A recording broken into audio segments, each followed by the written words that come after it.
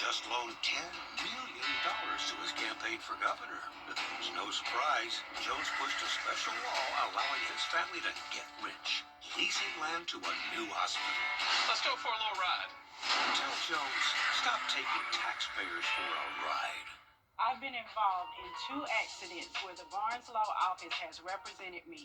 The staff is professional and they care about your well-being, and they work hard to get you the highest settlement possible. So if you're ever in an accident and you want to get paid, pick up the phone and call the Barnes Law Office. I'm attorney Latasha Barnes at the Barnes Law Office. If you have been involved in a car or trucking accident, please do not hesitate to call us. We are the women who win. WJBF.com. Click, click. Now on News Channel 6 at 6, attacking overgrowth in Augusta. What city leaders are considering when it comes to cutting grass, as your news at 6 starts now. Live from Television Park, this is WJBF News Channel 6 at 6.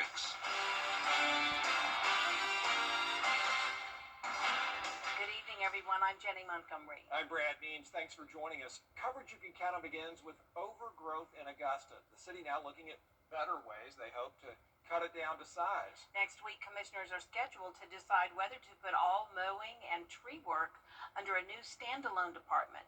And as George Escala reports, that could include a new specialized strike team. New landscaping, part of all the street work in Augusta, the mayor says now is the time to create a standalone maintenance department to handle this growing job. Having a concerted, accountable effort to maintain the beautification of not only our right-of-ways, our major gateways, but our downtown quarters is essential. We would also add support to engineering for a strike team. The administrator laying out options for creating a new vegetation department and keeping things as is with enhancements, and suggesting this new wrinkle, the creation of strike teams to target problem areas. The goal would be to divide the city into zones with regular assigned crews in each, with the strike team being able to address pressing needs without disrupting scheduled work.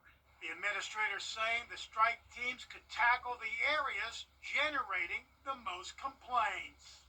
So what we would do is actually identify the locations where we're having the most the problems, the hot spots is what we're calling them.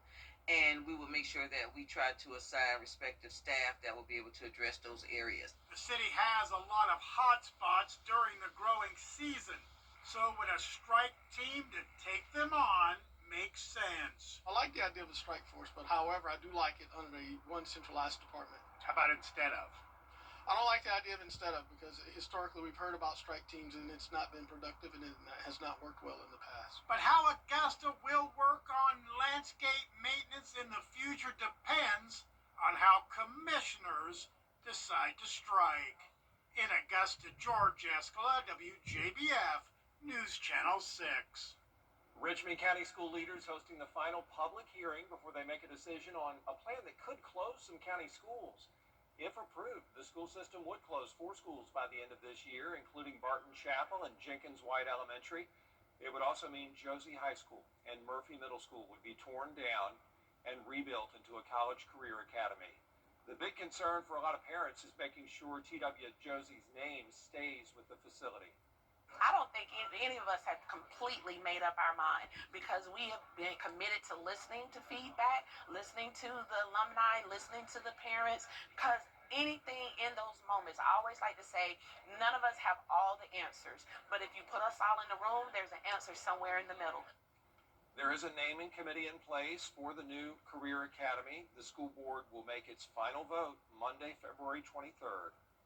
Time to take a first check of the weather. Let's check in.